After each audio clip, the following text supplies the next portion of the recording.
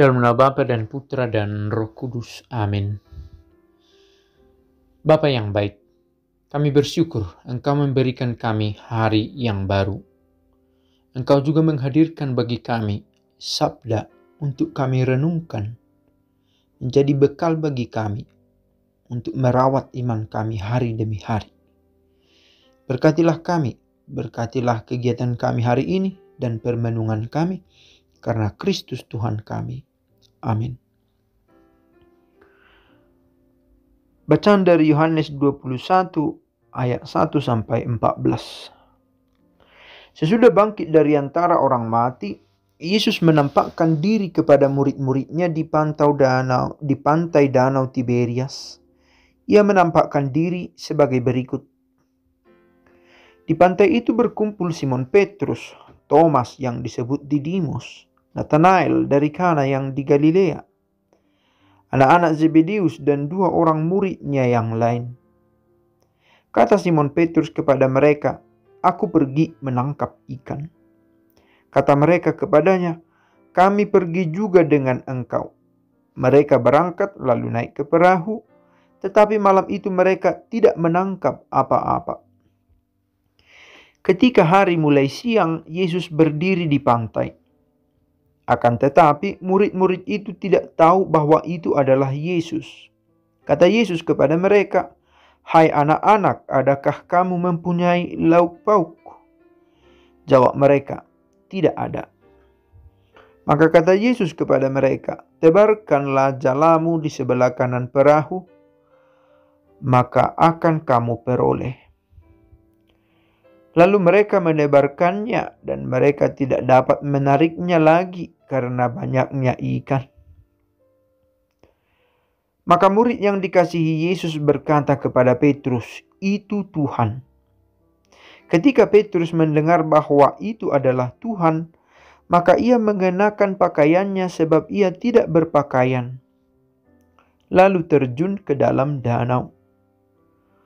Murid-murid yang lain datang dengan perahu karena mereka tidak jauh dari darat, hanya kira-kira 200 hasta saja. Dan mereka menghela jala yang penuh ikan itu. Ketika tiba di darat, mereka melihat api arang dan di atasnya ada ikan serta roti. Kata Yesus kepada mereka, "Bawalah beberapa ikan yang baru kamu angkat itu." Simon Petrus naik ke perahu lalu menghela jala itu ke darat penuh ikan-ikan besar, 153 ekor banyaknya. Dan sungguh pun sebanyak itu ikannya, jala tidak koyak. Kata Yesus kepada mereka, "Marilah dan sarapanlah." Tidak ada di antara murid-murid itu yang berani bertanya kepadanya, "Siapakah engkau?" Sebab mereka tahu bahwa ia adalah Tuhan. Yesus maju ke depan, mengambil roti dan memberikannya kepada mereka. Demikian juga ikan itu. Itulah ketiga kalinya Yesus menampakkan diri kepada murid-muridnya sesudah ia bangkit dari antara orang mati. Bacaan-bacaan di masa Oktav Paskah ini masih memusatkan perhatian pada kebangkitan Yesus. Pada kenyataannya, seturut bacaan yang kita dengar, tidak serta-merta para murid langsung mengerti apa kebangkitan itu dan bagaimana Yesus itu menunjukkan dirinya kepada para murid. Ada keraguan. Tetapi yang menarik, di antara para murid ada usaha saling meyakinkan bahwa itu adalah Tuhan yang bangkit. Sebagaimana kita dengar tadi, murid yang dikasihi Yesus berkata kepada Petrus, "Itu Tuhan." Lalu Petrus sendiri menunjukkan kesediaannya untuk menjumpai Tuhan dengan mengenakan pakaiannya. Sebab sebelumnya ia tidak berpakaian. Lalu terjun ke dalam danau. Yang lain datang dengan perahu. Masing-masing menunjukkan kesediaannya untuk mendekati Yesus. yang pelan-pelan mereka tahu bahwa itu adalah Yesus yang mereka kenal, yang mereka ikuti selama ini. Dibutuhkan proses, tidak langsung percaya, dan itu seringkali muncul dalam bacaan yang kita dengar di masa oktav Paskah ini. Para perempuan yang kemudian baru sadar bahwa mereka telah mengetahui bahwa Yesus bangkit. Maria Magdalena baru sadar setelah namanya disebut oleh Yesus sendiri. Kedua murid yang dalam perjalanan ke Emmaus yang baru sadar setelah mereka melihat Yesus memecahkan roti dan membagikannya.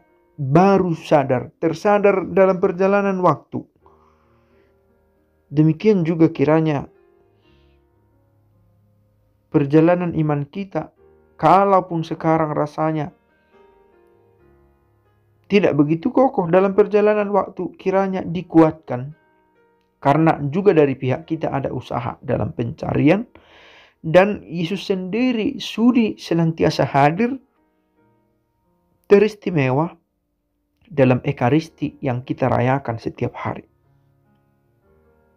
Semoga iman kita semakin diteguhkan dan kita semakin sadar bahwa dengan kebangkitan Yesus yang kita yakini, kita terdorong untuk pergi dan mewartakannya.